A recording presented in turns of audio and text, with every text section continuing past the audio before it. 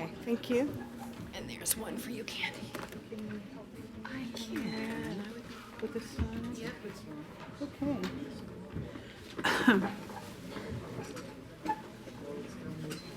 Okay.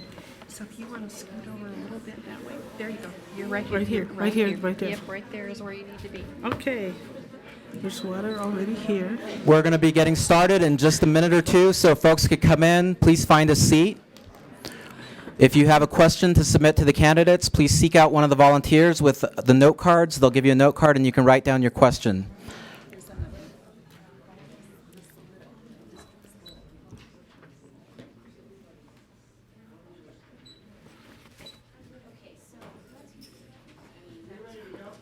Are you ready?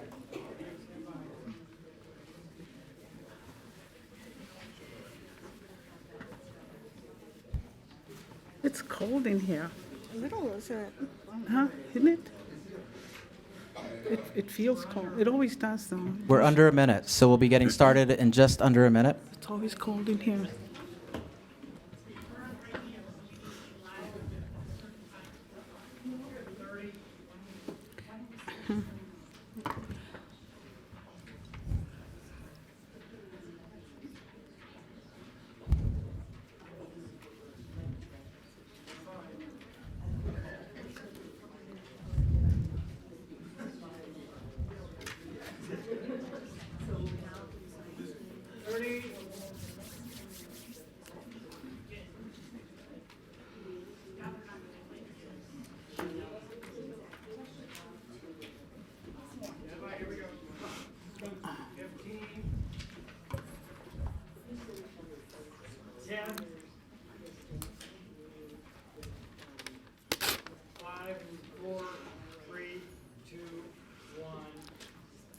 Good evening and welcome to the Candidate Forum for the Albuquerque Public Schools Board of Education. Those of you who are with us tonight, if you could please find a seat. My name is Angelo Gonzalez. I am the Executive Director of Mission Graduate at United Way of Central New Mexico, and I'll be your moderator for tonight's forum.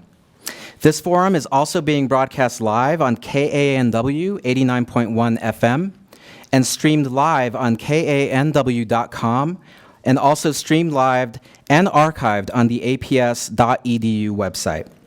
Before we begin, I want to start with some housekeeping items. As we are being broadcast live, I'll be interrupting the forum for periodic station identification at the top of each hour. That may not affect this first forum tonight. If you want to take a picture, we ask that you please take it from your seat. We want to be sure that the candidates are not distracted. Spanish language interpreters are available. Do you want to make the announcement in Spanish as well?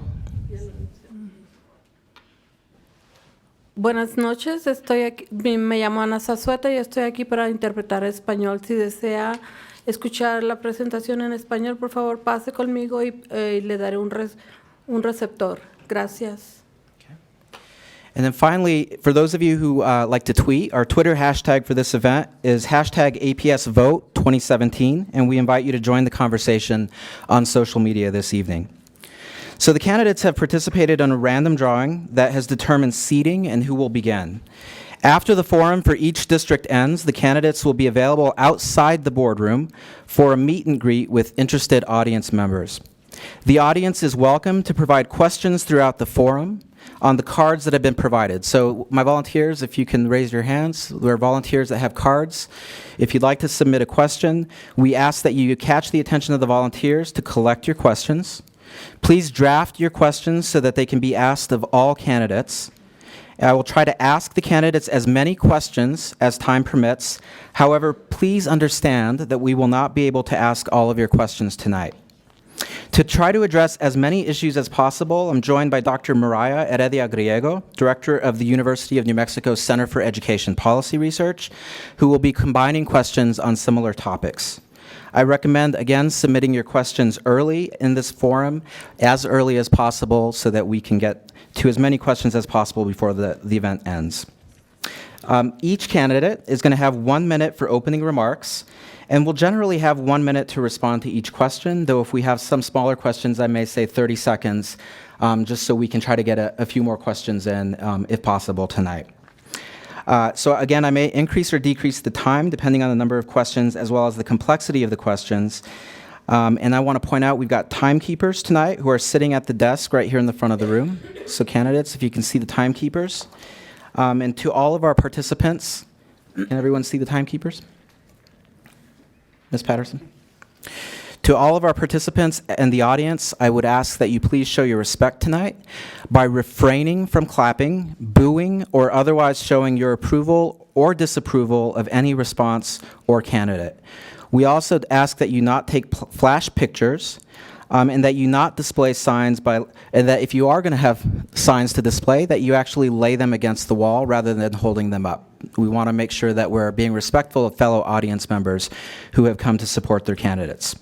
So these rules are in place to give as much time and focus as possible to help our candidates really have as much time as they need to express their views fully.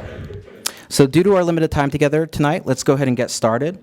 As noted before, candidates have drawn lots to determine their seating, and we'll begin with opening remarks from our candidates for District 5, which is comprised primarily of the West Mesa High School cluster. There are 4 candidates running to represent District 5 on the APS board, and we will start with Mrs. Kayla Marshall. Hi, everyone. My name is Kayla Marshall. I am a mom of 3 APS students. I have 1 in high school and 2 in middle school. I look forward to answering all of your questions tonight, and I would have preferred to hear them directly from you, but we have a limited amount of time, so that's kind of unfortunate. But I would like to give you the opportunity to interact with me after the evening and then also on Facebook. So you can connect with me on Facebook. It's facebook.com/Marshall4School Board, and that is the word for FOR, Marshall for School Board. So I would love to hear your questions if they don't get asked tonight, or if you come up with anything else that you would like to ask. I'm here running for the the school board because I have 3 kids in APS, and I have given the school district authority over educating my children. So it's my job to make sure that they're getting a good education. Thank you very much. Next up, we have Miss Annie Bell Rahman. You have 1 minute for your opening statement. Greetings, assalamu alaikum. I'm also known as Ann Bell. I am running for District 5 to improve our educational system for both students, teachers, and also including the parents. I hope to bridge the gap. I've lived here almost 50 years. I am a concerned parent as it pertains to our children's education. I have a son who is an APS teacher, and I have grandchildren who attend APS. And it is as a grandmother that I value the diversity. My family is very multicultural, and so I see it as a way of what our future will look like. And I look at diversity as a way of strengthening APS as well, and an offshoot of America in general. So I have a BS degree in biology and chemistry. I'm with women in engineering. I have teaching certificates from the state of Texas and also New Mexico. I am a volunteer in corrections, so I'm in and out of the prisons as well. Thank you. Thank you. Next up, we have Miss Rachel Gonzalez. You have 1 minute for your opening statement. Good evening. My name is Rachel Gonzalez. I am currently the Human Resources Director for American Income Life. I'm a registered Democrat. I'm running for school board because children deserve a representative on the school board who understands their challenges. I work as a volunteer advocate in the New Mexico legislature and have worked to help with passing laws like Aaron's Law and Rachel's Law, which was named after me. These laws protect children and educate them about safety. I have worked for APS as an EA, a secretary in finance, and an internal audit. I obtained my Bachelor of Science degree in business management while working full-time at APS, then continued on to receive my MBA. I've owned my home in the district for 18 years. I have 2 daughters who have been in Albuquerque Public Schools and who understand the challenges of being a student. Thank you for your time. Thank you. And next, we have Ms. Candelaria Patterson. You have 1 minute for your opening statement. Thank you. Thank you for being here. For 26 years, I have worked in my community to ensure that our community's voice is heard. And with that, as a board member, I would like to make sure that we have no funding cuts to the classrooms, that we address classroom size and the serious overcrowding that we have on the west side, that we push back on the over-testing of our children that is inequitable for not only our children, but our teachers as well, that we give the resources and tools to our teachers so that they can teach, and we have world-class students. I also support community schools because community schools address the whole child from head to toe. It brings services into the community. It's also the hub of a community. And I really like the model that we have at West Mesa High School. And I look forward to working with all of you as well. I have a child that graduated from APS from West Mesa High School. Thank you. Great. So our first question that was submitted by the audience will go to Ms. Bell Rama. And the question is, what is the right way to vet and hire a superintendent? I would like to believe that the best way is to have a team set aside that will look at all of the criterias and the things that are especially unique to New Mexico. And then if it's like a blind panel, rather than just some of the people in the district as well, but have some people who are not directly affiliated with the school district looking at that. Ms. Gonzalez, and I neglected to say I apologize, 1 minute for this question. As a director of human resources, I understand the hiring process, and the right way to vet and hire a superintendent really is a team effort and a collaboration of many minds that get together that have an understanding of the qualifications of any particular individual that is qualified for that position. Thank you. Ms. Patterson, Yes. 1 minute. I look forward to looking at our community. We have local talent that can help us with the selection of a superintendent in our community, where we look to the history, the culture, and the language of the next superintendent. Mrs. Marshall. I believe that we need to find a superintendent that understands the unique characteristics of our city and our state. We need to do a search that includes all types of different candidates that maybe have different roles. We need to get a committee that can break down the individuals and maybe make recommendations for a top 10 or a top 5 that the board can discuss and the board can get to know. When we meet the candidates for the superintendent job, we need to ask good questions to make sure that we will work well together and that the superintendent would be someone that would be able to meet the qualifications or the direction that we desire for the school. Thank you, candidates. Our second question will begin with Ms. Gonzalez, and the question is, do you support or oppose splitting up APS into 2 or more school districts, and why? I do not support splitting up the district into more than 2 districts. I believe that currently we have a district that is strong. We need to, ensure that we continue to work toward that, and I do not believe that we should split up the districts. Thank you. Ms. Patterson. I was a part of the town hall that asked that very question. We had people from across the city as well as the state. And the consensus was that the APS district actually is the fiber that keeps a community together. I believe if you take a look at splitting this district, with the political climate that we currently have, I think we need to unite each other. We need to unite the community and keep it together, and that's what we should be doing. Mrs. Marshall. Well, in any proposal to change the structure of APS, I would evaluate 2 criteria. Is it going to give us better results for our children and better results for our taxpayers? Those are 2 criteria we have to meet no matter what proposal we might have. At this point, I think that the most important thing to do would be to flatten out the control of APS, give more control back to the local schools, the individual principals and the individual teachers, so that they can make decisions as a team, as a school, as a teacher, to better serve our children. Okay. Ms. Bell Rahman. I agree. I don't think we need to divide into smaller districts, even though we are outgrowing ourselves, because there is, as it stands now, I put it as all schools are not united. It's west side versus east sides of the heights. So we need to try to unify, and that's one of the things I hope to do, if elected, is to unify the district and have all schools with quality education and programs, because right now that doesn't happen. Great, thank you, candidates.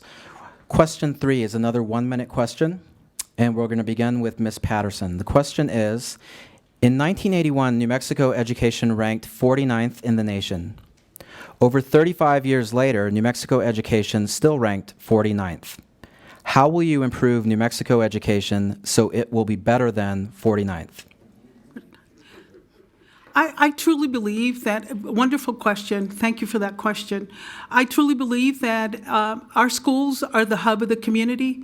I think bringing our community together, the parents, all of us have to be responsible for raising children. It is our responsibility to raise our children. And I believe that a community school brings us together to be able to do that and make our children successful and world-class learners. And I think it's the community's responsibility to do that as well, and not the parents. Let's help our parents make wonderful children, students who are successful. Mrs. Marshall. Well, I think that we need to involve our moms and dads in the educational process. It's proven, or there are a lot of studies that say that it is better for the children to have their parents in school or involved in the school. So if we can get our parents to show their children that education is valuable, I think that's the problem that we have, is that we have a culture that doesn't value education. We need to involve our parents, get them in the schools, and then we need to get our kids interested in the schools. So I think one of the big things would be to add vocational programs to our high schools, because kids enjoy those programs. Those are the vocational programs, or the programs that your electives, like band and art and all of those things, are things that draw kids into the school and keep them in school. They go there maybe just because they're interested in a certain program, and we have to get their interest back, and we have to get them back in the schools. Thank you. Ms. Bell-Rahman. I look at it as involving everyone into the process, and I think that is where we are falling down. And I also think we need to look at testing, because a lot deals with the testing on how we are ranked. If we have poor test scores, then our rating is going to be down. But we need to indeed, and with the whole school approach of having our parents, grandparents, whoever's the caretaker, being there with the students, and then helping the parents also become a little bit more informed and educated about the things that we have. So overall, if we can do that and also have committed teachers, build the morale of our teachers, then we will actually have, I think, a better overall school system. Ms. Gonzalez. I believe that it all starts at home. I believe that understanding what children are going through at home and trying to assist with, the challenges they have at home in order to, like for instance, not only 49th ranked 49th, but, we're also at a low poverty level, and there's a lot of poverty. So if a child is dealing with those kinds of issues, that's an important topic to look at, because we need to really not only look at our community as a whole, teachers, parents, but we also have to have a clear understanding of what children are going through at home. Thank you, candidates. Our next question will be another 1-minute question. We're going to begin with Mrs. Marshall this time. And the question is, how do you propose to help our most challenged students by supporting teachers in these times of drastic budget constraints? Well, I think our most challenged students are our English language learners, especially in District 5. Our students that don't know English are having a very hard time in their classes because, of course, the class is taught in English. They don't know the language, and the teacher at the end of the class will give them some instruction, often in Spanish, but it's definitely not the entire instruction that they gave the entire class. So we need to support those students. We need to have more programs that would give them opportunity to access their education. Our English language learning process is not serving our students very well, and they're not able to participate in their education to the fullest. Thank you. Ms. Bell Rahman. I think we need to also have some extra opportunity with maybe translators going into our homes, into the homes to meet with the families and the students that would help them. Because not only is, we're talking about Spanish, we have a lot of refugees in our community now. So there are other language barriers that have to also be addressed. And I think if we can have either as volunteers, parents, or college students go in and do that, have that extra time to spend with translating, that would help. And then also working with the families as well, the parents, because they don't understand, so they can't help the student. Thank you. Ms. Gonzalez. Yes, I have worked actually for a couple years at McCollum Elementary as an educational assistant. I worked in the pre-K program, in the intensive support program, and we worked with children who were in wheelchairs. We worked with children who had trachs, who had nurses in the classroom.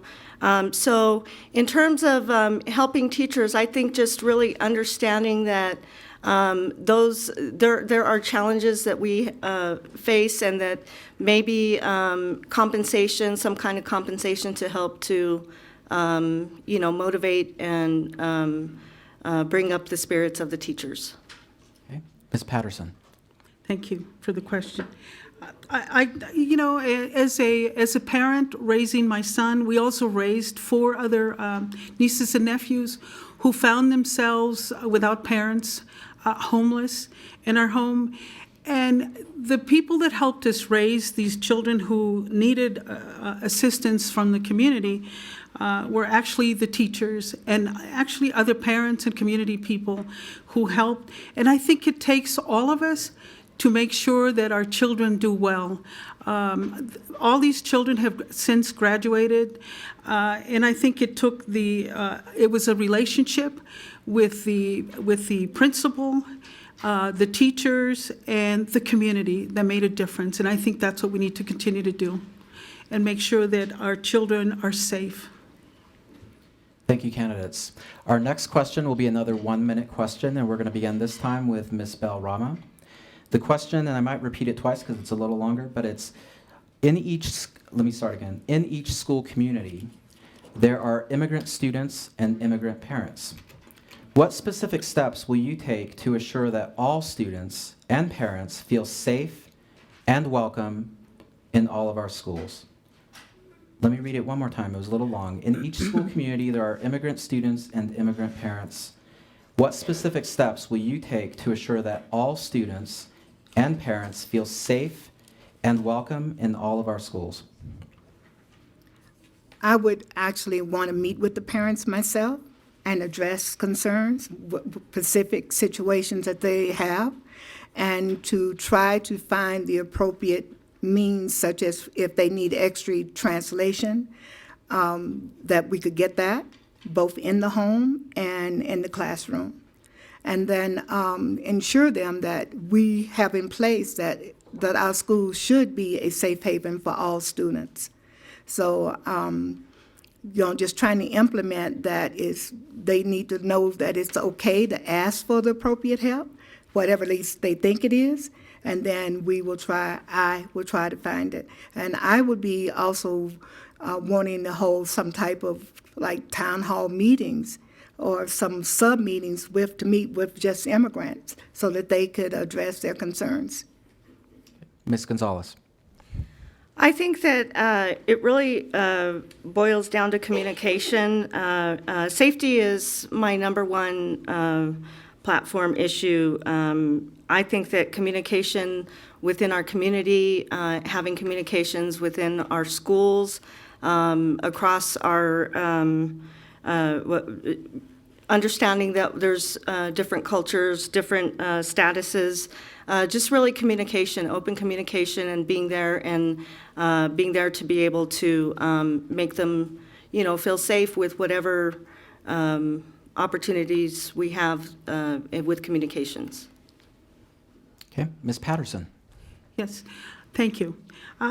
I believe that, and APS has worked really well in this area as a whole. I believe that we need to have and make sure that we continue safe zones for our children, that there's the safe haven for our immigrant families, and that we create places within APS where our children can be safe. I believe there was a letter from our superintendent. It was a wonderful letter after the election. And I think communicating with the community and letting our community know that our children are safe, that our schools are a safe place, and there's places for them to learn. And our families should be welcome. It should be a safe and welcoming environment for all of us. Our schools should be that. Mrs. Marshall. I think we should focus a lot on helping them integrate with their peers. We need to get them the support that they need to understand the language and then be able to attend regular classes so that they can interact with all the other students. We don't want them to be separate. We want them to feel welcome. And I think APS does a pretty good job at welcoming students in, but we need to make sure we're making the right plans to get them the support that they need to access their educations. Thank you, candidates. Our next question is another 1-minute question, and we're going to begin this time with Ms. Gonzalez. The question is, what knowledge do you have of charter schools, and what role should charters play in public education? I know that currently there are approximately 19 charter schools within APS. I believe that the charter schools under the APS umbrella, I believe in, helping to make sure that those schools are, within regulation. The issue with charter schools is that so many the charter schools are not regulated. So I think that that's a big issue. Thank you. Ms. Patterson. I believe that APS has some wonderful schools. We have a community school that is a great model on the west side. And I think APS can innovate and make our magnet schools a better opportunity for all our students so if you have students on the west side that want to come to the east side, that should be an opportunity that should be provided to our students and innovate. I think there's opportunity to do that. Mrs. Marshall. I think our charter schools give a really good opportunity for parents to have choice about their kids' educations. I think we offer some great charter schools, and although there are some problems with some of the charter schools, it's something we should continue to work on because some of these schools are offering kids different alternatives that they can do their school from home, or they can focus on a particular area of interest. And I think that's very important for keeping kids in school and also for having a good education, providing a good education for our kids. We need to have that choice. And I support charter schools, although I do also support oversight. We need to make sure that they're spending their money wisely, obviously, and doing the best that they can for their kids that are enrolled there. Ms. Belrama. I think APS in general has all of the opportunities between the schools throughout the district that can meet the needs of what we have as far as our charter schools. It's just a matter of trying to implement them in such a way that, depending on where you live, that you can have access to that school. So there are some of the schools that have, yes, true, some special needs, but they're not limited to just the charter schools. A given APS school will have that. And I see just trying to bring some of those things back. And again, because, maybe it's convenient for me if I were to have my child go to a charter school, but on the other hand, I don't see the need. They can just transfer to another APS school in the district. I do see that we need to buff up some of the things and go back to some of the things that we did when there was CEC. Thank you, candidates. Our next question is another 1-minute question. We're going to begin this time with Ms. Patterson. The question is, teachers are leaving APS in droves. The evaluation system does not give the picture of what hard work is happening every day in the class. How and what policies would you put in place to maintain and recruit more teachers? I believe that APS has a program up in one of our schools where we actually have students in the high school who go into the elementary schools and to learn about what it's like to teach. They're actually given credit for, they're given credit for doing so. I think we need to expand that program so that all other students in APS have the opportunity to do the same. This gives you an opportunity to see what it's like to teach. I think we need to support, we need to respect, and pay our teachers in this community. Mrs. Marshall. Well, I understand that our teachers are very demoralized by the evaluation process that's based half on the standardized tests. The standardized tests just the teachers don't have control over the results of the test. The kids are going into these standardized tests that are on a computer. They don't do their classwork on the computer typically. So even if they're doing their best to answer the questions, they're having a harder time with entering probably their answers. So the teachers don't have any control over how that is going. They can't even make sure that the kids are even taking the test seriously. I think that we really have to work on changing the evaluation system and then also rewarding our teachers when they're doing a good job. We know the teachers that are excellent teachers, and we should be rewarding them for being excellent teachers so that we can keep them here in the district. Ms. Bell-Rama. Yes, I think one of the things we need to do is start looking at the salary, the pay scale, and definitely rewarding the good teachers, the better teachers. I would like to think we really don't have any truly bad teachers, so some are better than others, but rewarding them in some form would make a difference. I have a son that's APS, and I hear the frustrations, and he was a very gifted teacher, and he has this great concern about the testing that goes on, and then also highest rate. And he was a 4.0 graduate, so it's not like he couldn't do something else. Engineering, in fact, was his first love. He started tutoring and ended up becoming a teacher and has been in the system now for almost 17 years. So, but it's very little thank you. And so it's not always sometimes about the pay. I used my thing that we can also do like Teacher of the Day acknowledgement, something that shows that we care about what they do, and change the standardized testing as well. Ms. Gonzalez. I think that we need to come up with an evaluation system that is fair. Currently, I do not believe that the evaluation system is fair. I have heard from constituents who happen to be teachers that, they are frustrated, and there is frustration out there. And I believe that we need to, make a change in that, in addition to looking at the compensation and how we might look at some different ideas to change the compensation structure as well. Thank you, candidates. Our next question will be another 1-minute question. I'm going to start first this time with Mrs. Marshall. And the question is, how do you envision your leadership shaping or shifting dynamics on the school board? Well, I currently work in accounting and human resources, but I also have a computer engineering degree, a bachelor's degree, and an MBA. So I am a critical thinker. I solve problems, but I also understand finance and budget. I think we're going to, my lead would be to make sure that our budget is on par. I'm concerned that we are running in the deficit and that we need to get that fixed. We can't continue to run in the deficit. We can't use all of our cash reserves. And I would lead our team on budget issues. And also I would ask good questions of all the issues. I'm going to come prepared as a teammate to know the issues that are in front of the board and to help make good decisions regarding those issues. Ms. Bell-Rama. I see myself, first of all, having been a teacher and also administrator, as taking a broad look at what we have and see how we can improve the system in general. And that we are going to have to really, as others have said, have to look at the budget, and then not just look at because it's somebody's pet something, to cut that, but to be fair in if we have to do some cutting, to be fair in where we choose to cut our expenditures.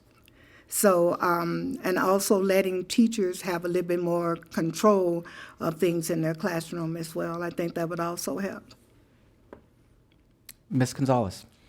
Well, how do I envision my leadership? Well, I have worked since 2012 in the New Mexico legislature on a couple of bills which were for safety and education of students. And I also went to the University of Phoenix, where I learned all about the team concept. I learned all about working together as a team. I learned about what it's like to get in and start on a project and work together collaboratively to complete that project. I believe that my work in Albuquerque Public Schools for 7 years would be extremely beneficial, having had classroom experience, internal audit experience, and finance experience. I believe that I have an understanding of Albuquerque Public Schools, and I appreciate your time. Thank you. Ms. Patterson. Yes, thank you. I have 26 years of working in my community, ensuring the health and wellness of our community, making sure that we have political representation, and ensuring that our voices were heard, that we had enough schools, although it's never been enough. We have overcrowding on the west side. Working as a community member to make sure that our schools were built on the west side, starting with Volcano Vista, the Rodolfo Anaya, Trisco Heritage High School. But more than that, I think I have worked with APS very deeply, and I have a deep understanding of how this works.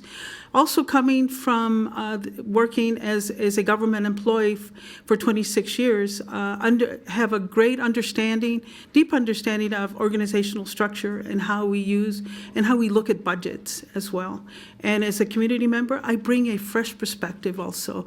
I intend to work out in the community for our voices to be heard. Thank you, candidates. Our next question is another 1-minute question, and we're going to go to Ms. Bell Rahman to start off with.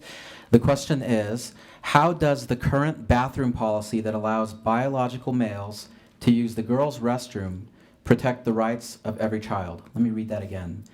How does the current bathroom policy that allows biological males to use the girls' restroom protect the rights of every child? APS has in place laws that protect transgenders, the transgender, okay, I think I'm saying that right, and those who are lesbian, gays. And my thing is that I would look at whatever laws we have in place be enforced, and I would enforce those laws.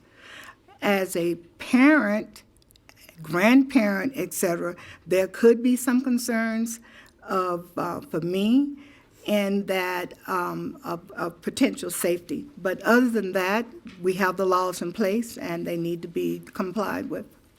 Ms. Gonzalez. I believe in equality. I believe that the bathroom situation currently where males, biological males, can enter the bathroom. I have spoken with my children about that. They're both girls, one 11 and one 17, and both of them have told me that they do not have a problem with it, nor do their friends have a problem with it. So I believe in equality, and thank you for your time. Ms. Patterson.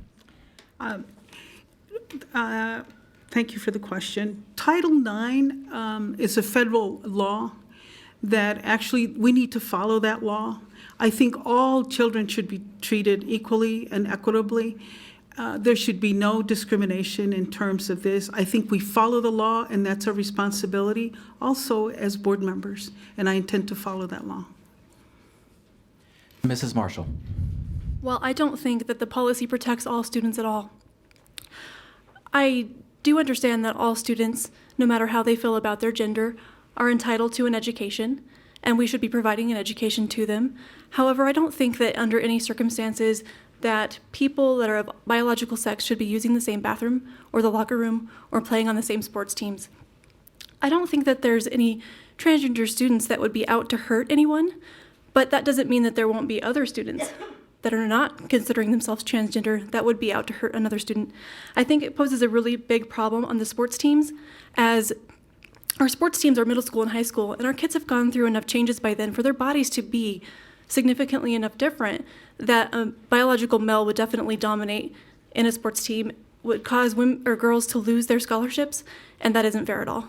Girls would suffer at the hands of biological males, and I don't agree with that. Thank you, candidates. Our next question, we're going to do another 1-minute question, and we're going to start with Ms. Gonzalez this time. The question is, what should APS do about truancy? How punitive should it be versus triggering support services?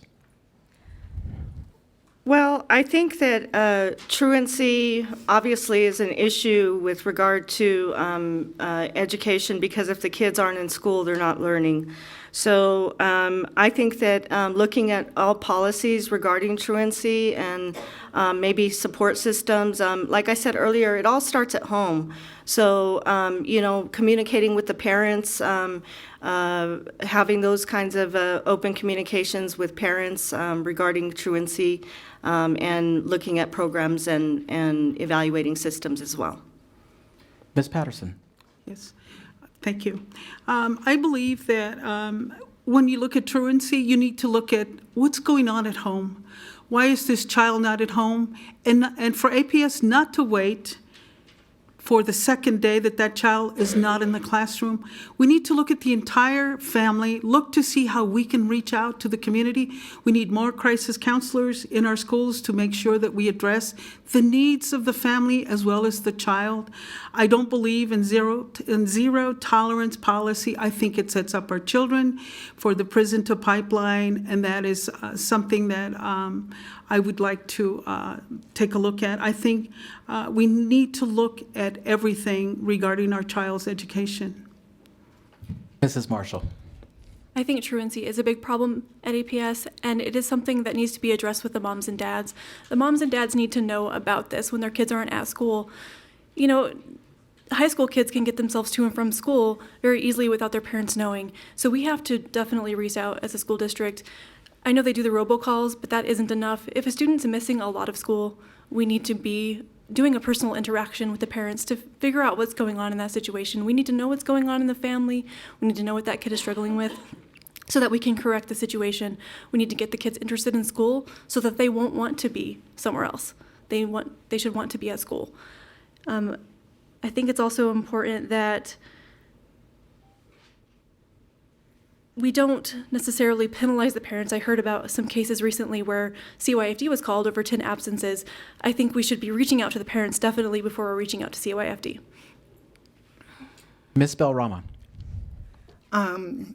It is a problem, and I think one of the ways that it can be addressed is, number one, truly by notifying the parents, but you have to find maybe some alternate ways, because children are smart. You just can't, they know when the phone call may come in, so they can intercept the phone call, or if you're trying to send a letter. But one of the things is to really try to find out what's happening at home. A lot of times when children playing hooky, so to speak, there's some things that's happening at home that's not really right. And so we need to have some type of caseworkers or some resource workers that can go from the school without notifying CYF at that time to find out what is happening and then address the issues. And then have the children come in and ask them, make them feel comfortable that they can trust somebody that they can talk to about what is happening, why they're running late. It could truly be lack of transportation. You drop, because the district schools, bus stops are far apart. Thank you, candidates. We have time for one more question tonight, and our last question is, and we're going to start with Ms. Patterson. Our last question is, how do you propose to create critical thinking skills in our high school graduates?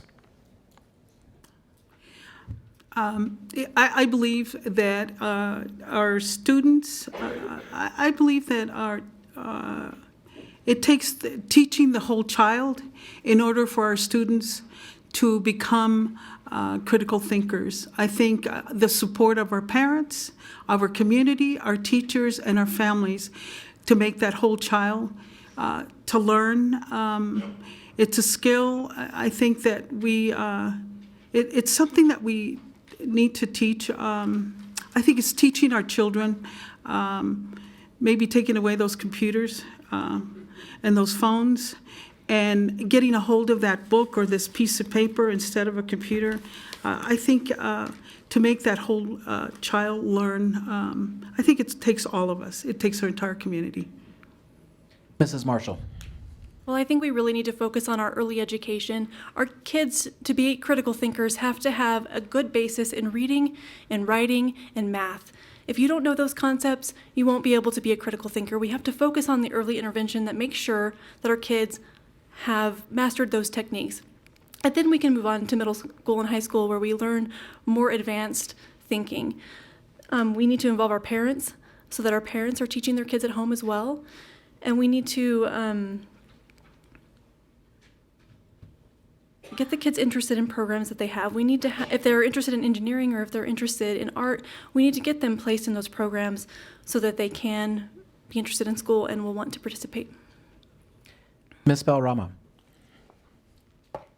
By engaging the student in a type of interest type project, a lot of times we just dictate what they should do so they don't have to think. And I know I have a 3-year-old great grand who knows more, I hate to say it, more about computers probably than I do, because she knows the right button.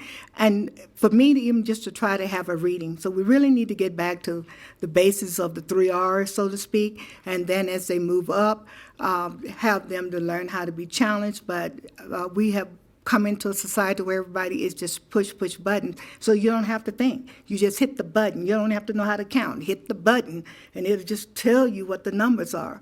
So we need to get back to where we can have the students learn, have them actually challenge and start thinking for themselves. And I think that critical growth will improve in time. And also working with the parents. The parents sometimes are just putting things in front of a child or just doing things for them and not really allowing them to think and figure the things out. Ms. Gonzalez. I agree with everyone on the panel. I believe that critical thinking skills begin at an early age, and I think that, I agree with, the technology. If we could just get them to put their phones down or their iPads down or whatever they have technology related, if we could just get them to do that. And I think another thing is engaging them in something that is of interest to them, engaging them in something that they are passionate about. For some kids, it's, some things, and some kids, it's another. We're, all diverse individuals. So thank you. Thank you, candidates. We've come to the end of our question round, and we're going to move to closing statements. So each candidate is going to have 30 seconds for their closing statement. We've come all the way full circle, so we're going to begin with Mrs. Marshall. 30 seconds. Well, thank you all again for coming and asking your questions. My name is Kayla Marshall, District 5, and I want to encourage you to interact with me on Facebook, and I'm also on Twitter. So on Facebook, you can find me at Marshall for School Board, and at Twitter, it would be Marshall Kayla R. So my last name, my first name, and my middle initial, Marshall Kayla R. Thank you very much for your time. Ms. Belrama. Okay, you've heard all of what we have to say, and I would like to believe I am your best choice for District 5, and I'm your best choice as well as APS as a whole. And I am too on Facebook, and I have an email, so I will give that information to you later. And I want you to know that when things get bad, who you gonna call? Bases loaded, 2 out, grand slam. That's me. Ms. Gonzalez. Oh. Wow, I have to follow that.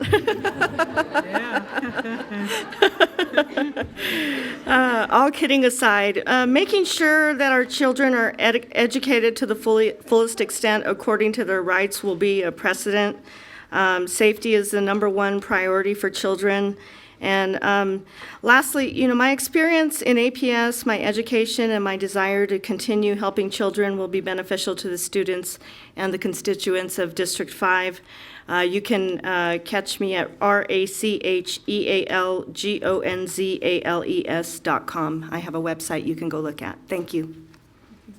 Ms. Patterson. Thank you.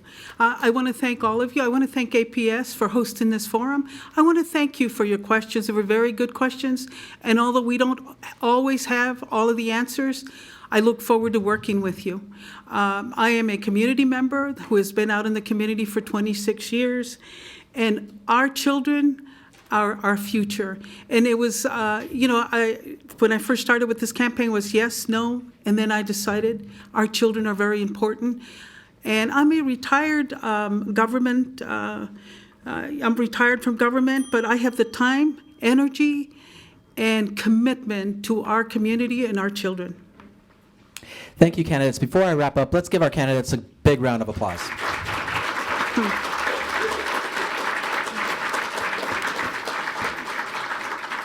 So on behalf of Mission Graduate at United Way of Central New Mexico and the UNM Center for Education Policy Research, I want to thank all of our candidates, not only for their participation in tonight's forum, but also for your participation in our democratic process. It's at the local level that democracy really begins.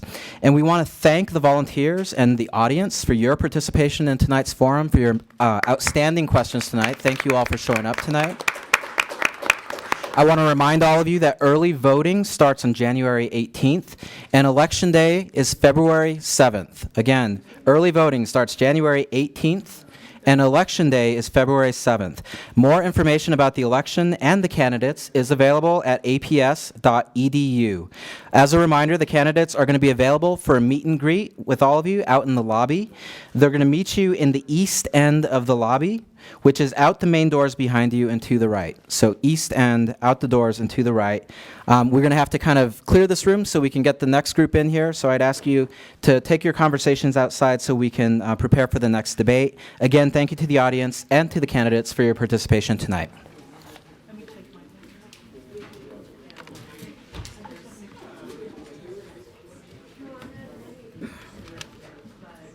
I didn't realize you had a bat. Yeah. I was like, oh no.